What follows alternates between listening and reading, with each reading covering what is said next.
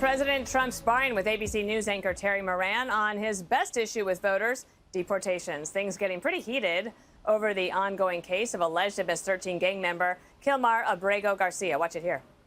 You could get him back. There's a phone on this desk. I could. But the court has ordered you to facilitate that. I'm not the one making this decision. We have lawyers that don't want. He had MS-13 on his knuckles tattooed. Oh, he had some tattoos that are interpreted that way. It says MS-13. That was Photoshop. You want me to show you the picture? I'm not an expert. Abrego Garcia is not the only immigration story the press is focused on. There are many, but Charlemagne the God blasting the media and accusing them of misleading the public over a report that the Trump administration is deporting children with cancer. Watch. I do think when the media has that conversation, we can't rage bait, though. Because, you know, every time they say it, they'll be like, oh, a 2-year-old got deported, a 3-year-old got deported, but they're not telling the whole story of their parent was here illegally, and so the parent got deported, and so they sent the child with them. Because when I hear it, I'm like, why the hell would they deport a 2-year-old? Why would they deport some child with cancer? All right. Hey, Greg, just before we get your comments, this little gem came in from a congressman from Georgia. His name is Hank Johnson. Watch. First, they came for the Latinos outside of the Home Depots, and I didn't say anything about it because I'm not a Latino at the Home Depot. Then they came for the Hispanic-looking folks wearing hats backward with tattoos. I didn't say anything about that because I don't wear my hair backward, and I don't have any tattoos, and I don't look like a Latino. All right, Greg. Then they came for this stupid congressman. I was just thinking, that I wish would I be was so sitting much next better to with you. bongos, Dana. We needed to put bongos under that. Give me your thoughts. Well, let's simplify it. The letters and the numbers are labels that translate the symbols on his knuckles.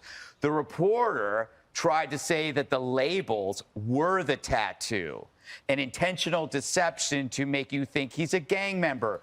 No, we know he's a gang member. Those numbers above aren't even the same typeface. Let me put it this way. Can you put us back in boxes for now, all of us in boxes? Okay, people at home, we're not really in boxes. It's just a production thing.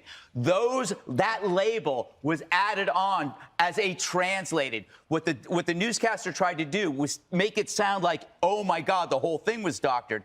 No, it wasn't. But the real joke is that we are talking about the nature of the tattoo when we already know the nature of the thug. And because we know that he is a gang member, that he has a violent history, that there are police reports and there are court proceedings that cover this whole thing, we now have to shift this over onto, well, it's photoshopped. No. Do you honestly think the mafia walks around with Gambino crime family tattooed on their chest? How stupid are you? But the Democrats and the media have made him into their latest martyr. They never do the victims. They only do the victimizer, you know, whether it's a criminal, a human trafficker, a guy trying to play women's sports. Doesn't matter. They always pick the wrong guy. In this case, this guy. And Judge, he is from Georgia, and so is Laken Riley. Yeah, well, I didn't hear him worried about her, which I think is probably the basis of your question. But if you will just indulge me, I have to do this. I am sick and tired of the issue of whether or not Abrego Garcia is an MS-13 gangbanger, okay? I had a gang unit as a prosecutor. It was one of the first in New York State. I had gang interpreters, gang investigators, and you identify a gang member by the colors or the tats, okay? And the gang interpreters have made it very clear that the marijuana on his finger is for M. And the S on his finger, or is not S, it's smiley face, is for the S. And the plus sign is equal to 1, and the skeleton is equal to 3. That's what a gang interpreter would tell you. The weed, the smile, the plus, and the skeleton means you're MS-13. End of the story, okay? Now, Number two, the guy comes here not as an illegal through the regular ports. He comes in as a getaway. He didn't want anyone to know he was coming in. He gets here, he beats his wife, not once, but twice. 2 orders of protection. Beats the hell out of her. Now we find out that there is a court document where the father of those 2 children, the mother of whom he was living with, goes to court and he wants to get his kids back because his wife is living with a gangbanger. Okay, and the time is very consistent with the time that she was living with Abrego Garcia. Now, we had 2 hearings. 2 judges said he's a gangbanger. And the only reason that there was a hold put on the deportation order, twice the deportation order was issued, is because he was fearful of a rival gang in El Salvador that would kill him. Okay, so I got to tell you, I don't know how much evidence you need, but this guy is an MS-13 gangbanger. And let me just finalize it with this. Obama deported 3 million people, 83% of which never got a hearing. No one ever complained about a hearing. No one said they needed due process. No one even said they needed to call a lawyer. This is bizarre. And if you buy into it, you're crazy. Sorry. Jessica, earlier today, Hakeem Jeffries, the House leader of the Democrats, said he doesn't want people going down to El Salvador anymore. I mean, he didn't say not for vacation, but not to go and do this kind of stunt anymore. They must have numbers that show it's not working. Well, we know that people's feelings about the economy are what decide elections. And he wants to be talking about cuts to Medicaid and cuts to Social Security. And that's a real debate that's going on within the party. But it is also clear that Van Hollen going down to El Salvador did move public opinion on this issue. By 2-to-1 margin, people think that Abrego Garcia should be returned to the United States. And the reason that people are talking about that exchange last night with Trump and Terry Moran about the tattoos is that we were all assured that no one was dumb enough to think that it was actually said MS-13, but it seemed like Trump actually did think that. And there have been a number of experts on gang tattoos, like CBS. I'm looking at an article right now that they spoke to, who said that these experts did not say that the symbols the judge talked about, the marijuana leaf and the cross, then they're and the wrong. smiley. Then they're okay. They're wrong. Our gang expert is better than these gangs. I prosecuted these cases. That's fine. Either way, public opinion has shifted on this issue. In terms of the kids, the problem with those cases are that those mothers did not get to talk to their lawyers. One of them who had the 2-year-old, this is not the 4-year-old who had cancer, was reported with a 2-year-old, had 2 minutes on the phone to talk to her husband to try to figure out what would happen to her American child. And so, yes, like any mother, they said, I will take my kid with me rather than leave them in a system where I don't know what's going to happen to them. I think we can all agree that you should be able to talk to your lawyer before you are deported, especially with your American citizen child. The New York Times has a really interesting deep dive piece out today on the El Salvadorian president, Bukele, and the prison. And what it exposes is that actually he was uncomfortable with the arrangement once he figured out that Donald Trump was sending people to his prison who had not been convicted of any crime.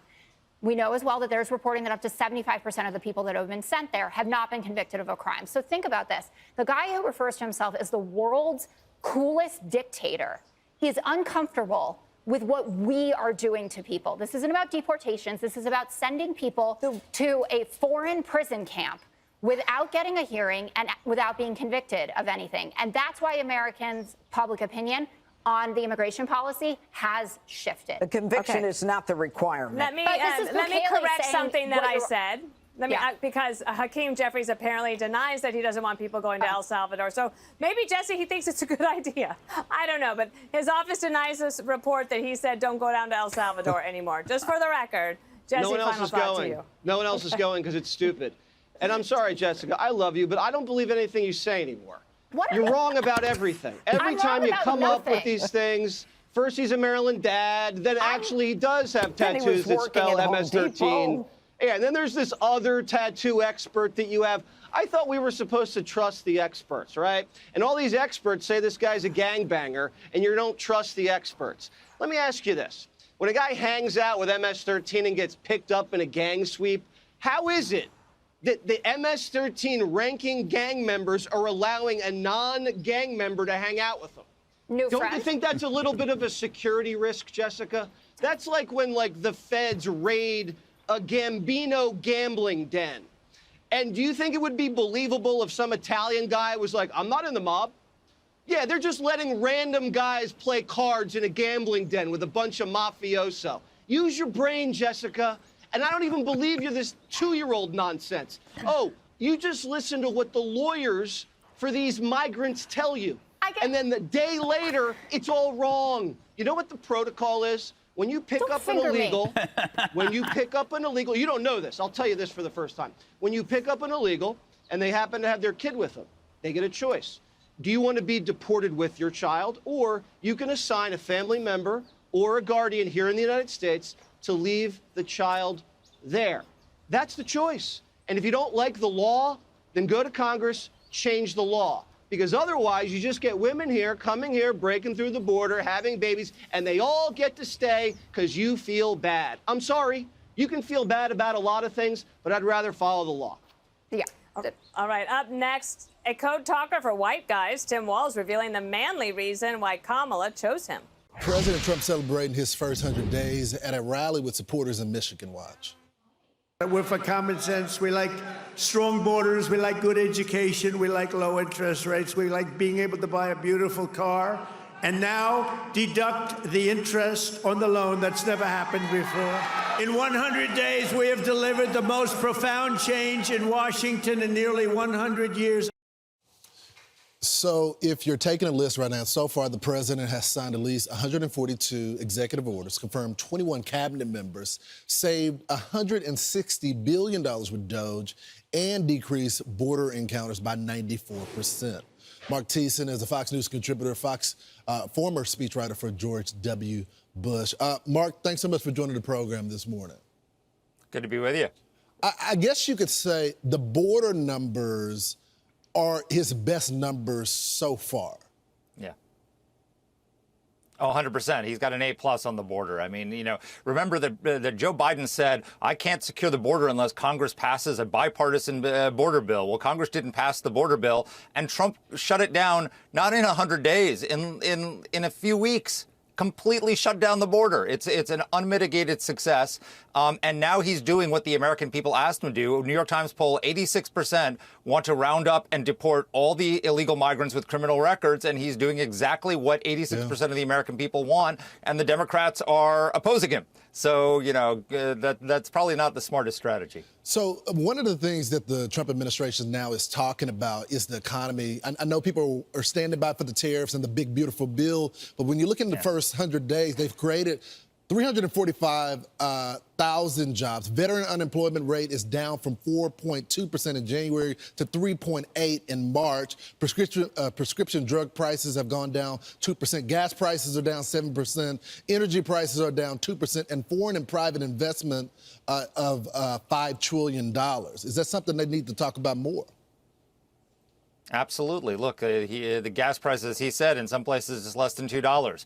Everyone's paying less at the gas pump. Everyone's paying less at the grocery store. Now, people are bracing for the effects of the tariffs, and his poll numbers on the economy are not good. But that's because he's got a lot of things in play right now. I mean, you look at the tariff situation.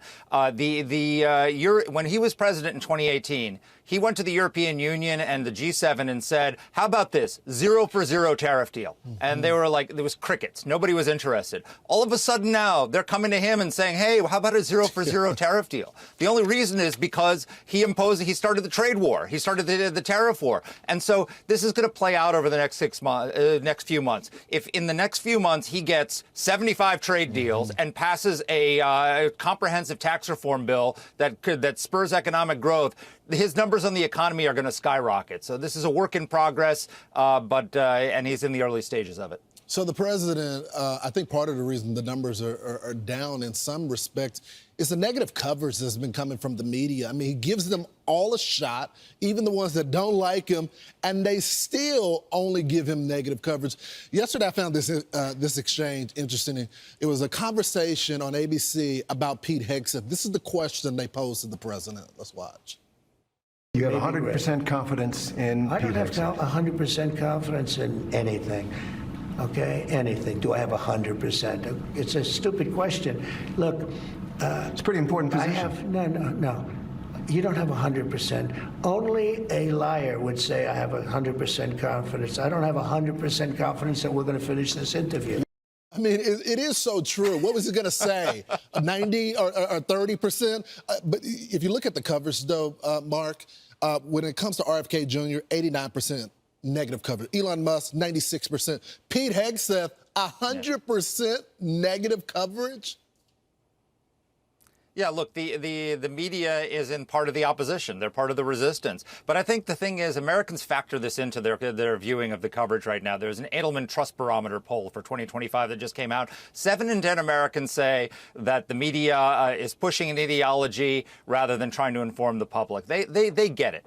So it's not that the media is not going to impact people's views of Donald Trump. What's going to impact people's views on Donald Trump is if the tariffs produce trade deals, if he passes the big beautiful bill, if he cuts their taxes and eliminates taxes on tips, taxes on overtime, taxes on caring for elderly. If he delivers on all those promises, nobody's going to care what ABC News asks him when he's in an interview. It's so true. They bypassed him the last election as well because he went straight to the American people. Mark, thanks so much for getting up this morning. Exactly. Take care. You too. On his knuckles, he had MS-13. There's a dispute. Well, wait a minute.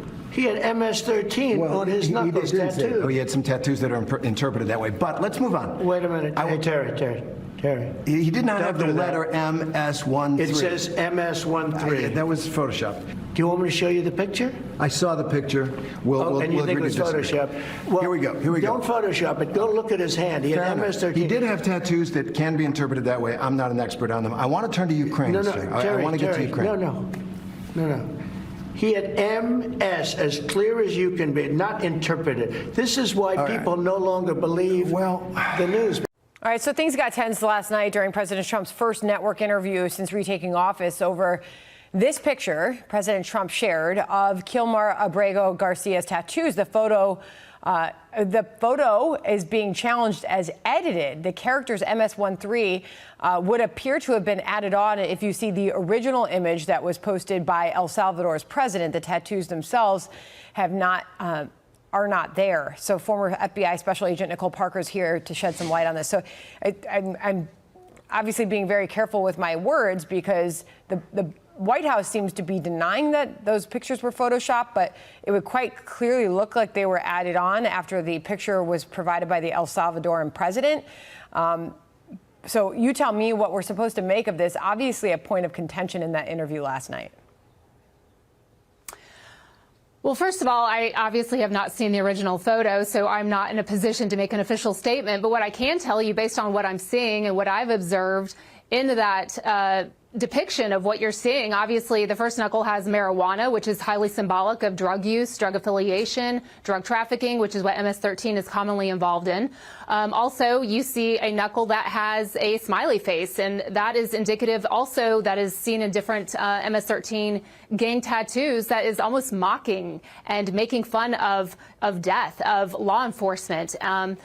You also see a cross. And ironically, MS-13 gangs tend to sometimes mix violence with faith. They want a prayer of protection in the midst of protecting themselves as they are committing violent crimes and hurting others. And then, of course, you have the skull, which is symbolic of, death, intimidation, and fear. So regardless of, the semantics of it, those images and what I am seeing are, clear indicators of what you may see in an MS-13 gang tattoo. Obviously, there are different regions, there are different areas, there are different symbols that are used across different gangs. But this is something that in law enforcement, we do look at very closely. And Sandra, if you notice, it's a knuckle tattoo. That is a very clear indicator that they have no shame in being affiliated with this gang. That is a very strong outward demonstration of their commitment. Sometimes the tattoos are hidden by clothing, but this is a very clear statement that they have no problem and they are proud to be affiliated with this gang.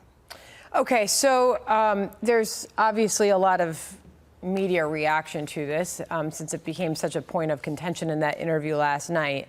I guess The View took this one on the Photoshop question. Listen.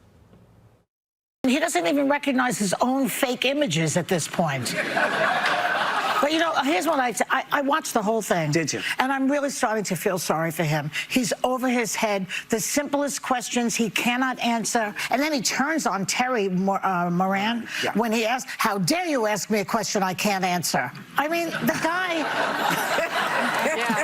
the guy is over his head. Okay, so I can tell you this. Fox News Digital did reach out to the White House and Abrego Garcia's attorney for comment on the photos and the reported MS-13, the MS-13 on the knuckles, but they didn't immediately get replies to that. Obviously, all indications are that if that is indeed an authenticated picture of the original knuckles, without that, it looks like the photo did change. But put this in the context of how the media is addressing this individual and what should or should not happen to him with this administration.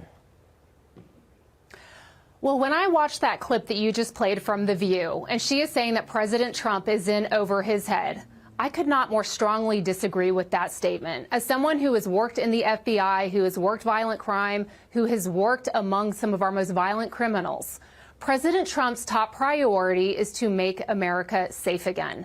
And that is what he is attempting to do. And we have millions of people that poured into our country illegally across the border.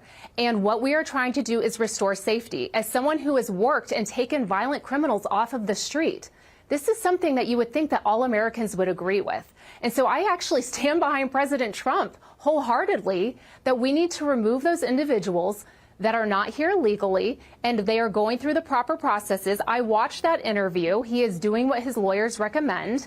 And that is, in my opinion, as a law enforcement officer, we need to make America safe again. This individual is not known to be a honorable individual. His own wife had filed, a restraining order against him several years ago. Well, regardless of the difference in the pictures, certainly the confirmed tattoos there are what experts are looking at and saying that there are a lot of indications of relation to that violent gang. Nicole, thank you very much for joining us on that. We appreciate your time. Thank you. All right, Senior advisor to the Commissioner of U.S. Customs and Border Protection and former acting ICE director. Ron, always great to have you with us. So explain this in terms of what process is legally implemented, is what is supposed to be done for someone who comes into the country illegally in order to call them out on that and get them to go back home. Well, there are various ways that people are that their crimes for crossing the border illegally could be addressed in the criminal court. They could be referred for federal prosecution. And then there's a whole administrative procedure as it relates to the immigration law. And there are exceptions at every turn in that group. And so there are ways where people, like under the expedited removal provisions, people can be sent back after, they're arrested by an immigration officer, and that's reviewed by their supervisor, and they're sent back. Along the Mexican border, along the Canadian border, we can send citizens back that voluntarily say that, yes, I admit that I'm here in the country illegally. I wish to go back without any further actions by the court or by the administrative procedures, and then they get sent back home that way. And so in the case, the most famous case, Abrego Garcia, he had a hearing, appealed the decision of deportation, and was ordered again by the judge. That is the process. There are no other process. But there are exceptions. There, under the Alien Enemies Act, which was part of the arsenal of layering, to protect the border and stop the invasion at the border, the Alien Enemies Act doesn't require a hearing. It's just a determination that there's a danger to the public and we're being invaded. So there are exceptions. You'll remember that during COVID, we talked a lot about Title 42. That's a public health order that was delegated to the front line so that they could expel people back into Mexico to prevent the spread of the virus from people coming from other countries that didn't have the vaccine or had outbreaks. All right, I want to get your reaction to this. I thought this was an interesting moment in the cabinet meeting that we heard. Listen to the HHS Secretary, Robert F. Kennedy Jr., talking about the children in this country who the government has lost track of. Watch. During the Biden administration, HHS became a collaborator in child trafficking and for sex and for slavery. And we have ended that, and we're very aggressively going out and trying to find these children, the 300,000 children that were lost by the Biden administration. What's your reaction to what he says about the Biden administration being a collaborator in child trafficking and sex slavery. Well, that'll be the record of the Biden administration.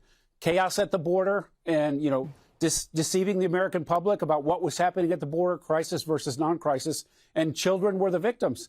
They were facilitating the placement of children with people in the United States. We had no idea who they were and how they were vetted, whether parents would come to the border with their children, and they stopped the DNA testing to make sure that the officials could make sure that these are actually families. Yeah. And so that has all changed. The nonsense is all gone. And now we're in a situation where we're looking backwards at those cases, trying to rescue and find those children and hold the criminals who traffic them to account. Yeah, it's one thing to turn off the spigot at the border, but there are children here who need to be tracked down and found and brought to safety. Ron Vitiello, thank you so much. It's great to have you with us. Keep up the good work. Thank you, sir. Thank you. Texas Senator Ted Cruz, you guys went at each other hard, rough, tough.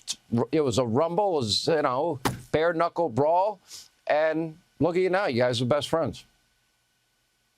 Yeah, look, we work hand in hand. In his first term, I was President Trump's strongest ally in the U.S. Senate. His second term, I'm still his strongest ally in the U.S. Senate. And I got to say, the first 100 days, it's breathtaking. We have never seen in more than 2 centuries of our nation's history a president hit the ground running as fast, as furious. There is a level of focus and sophistication in this second term that is qualitatively different from the first term. You look at the cabinet that had been nominated. This is a cabinet that is focused on change, focused on results. And let's take the border. A 99.9% decrease in illegal crossings in the first 100 days. It is staggering, and the phrase promises made, promises kept is a simple description of what's happened. Look at Donald Trump in the interview with this guy from ABC. I don't even know who you are. I just know you're not George Stephanopoulos and the other guy, which is pretty funny in and of itself. But it was just a brutal takedown. They don't know how to handle him. The only thing they revert to is form, and that is they go back to hating Trump. And the negative stories for the first 100 days, 92% negative, 7.8% positive. And that tells you everything you need to know about why people don't trust them anymore. You experienced it in Texas. Look, the corrupt corporate media is utterly dishonest. They've abandoned any pretense at being journalists. They are propagandists. They hate Trump. The Democrats in Congress, their dominating feature is hatred of Trump. They are the party of anger and hatred. Even Gretchen Whitmer, you showed her hugging him, which I guess she didn't know what else to do. But, she was in the Oval Office just a few days earlier, and she held up a notepad to cover her face. It was the weirdest damn thing I've ever seen. If you don't want to be seen with Trump, don't go to the Oval Office. But, holding up a notepad, it is bizarre. And for some reason, look, we saw it at the State of the Union address where they would applaud for nothing. They weren't cheering for America. And what seems to be happening in the Democrat Party is they're just getting more and more extreme. They're right now, the Democrat Party has gone all in, saying we are the party, the Democrats, of illegal aliens and gang members. That ABC interview where they're like, no, he didn't have MS-13 tattooed on his fingers. Well, he had a marijuana leaf, he had a smiley figure, that's MS. He had a cross, was exactly like a 1, and then he had a skull that's like a 3. And are they reporting news? Are they reporting facts? No. They're deliberately lying, but I'll tell you, Sean, the American people are seeing through their lies, and it's why the president was reelected with such strong support. Well, let's go over this. We talked about illegal immigration. For the economy, he inherited a mess, just like on foreign policy. He inherited a mess. Senator Rubio, Secretary of State Rubio, is right on the money, is that, for 50, 60 years, it's always been about every other country first, but our country. On the economy, between energy and, I believe, demanding free and fair trade and energy dominance and lower taxes and really helping working men and women with no tax on tips, Social Security or overtime. This is transformational. And once this starts to take hold, the president's right, we're still living under the Biden-Harris economy.